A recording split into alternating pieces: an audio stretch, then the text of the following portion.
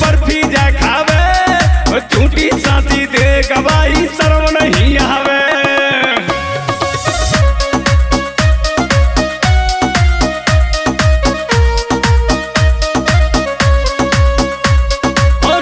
ना तारीख पर तू बर्फी जाए खावे, झूठी साथी दे गवाही शर्म नहीं आवे।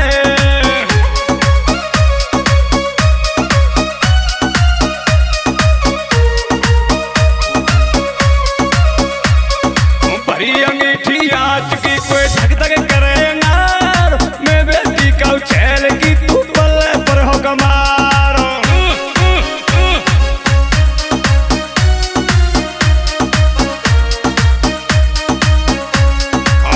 अंगीठी आज की कोई धक धक करेगा, मैं बेटी का छैल की तू पल्ले पर हो गमार।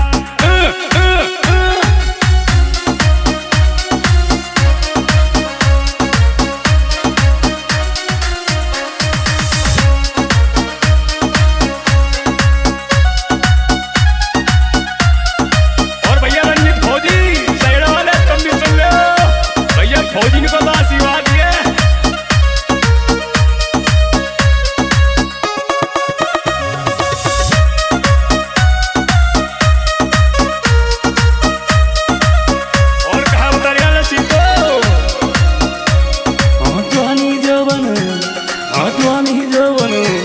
ओ जवानी जोबन होड़र पड़ गए छल्लर मल्लर हो, बालों मेरी मान जाने छोड़ जाऊंगी तो।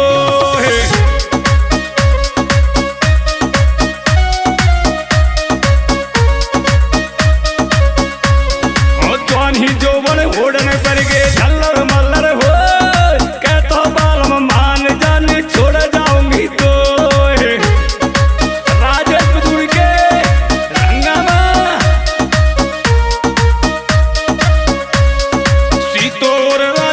धूड़ी दोनों आमेंगे, जोधा डीजे पे छोरा धूम मचाएंगे।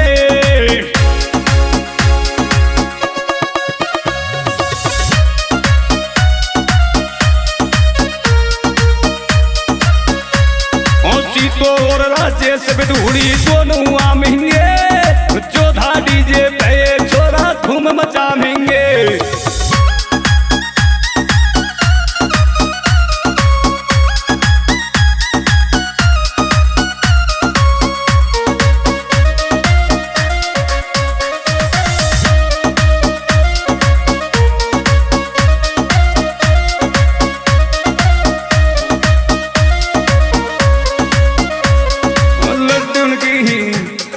लड्डून की बुरसेट लूगरा चलो जलेबी को, मंगवा दे भरतार लिया खत्म सहेली को।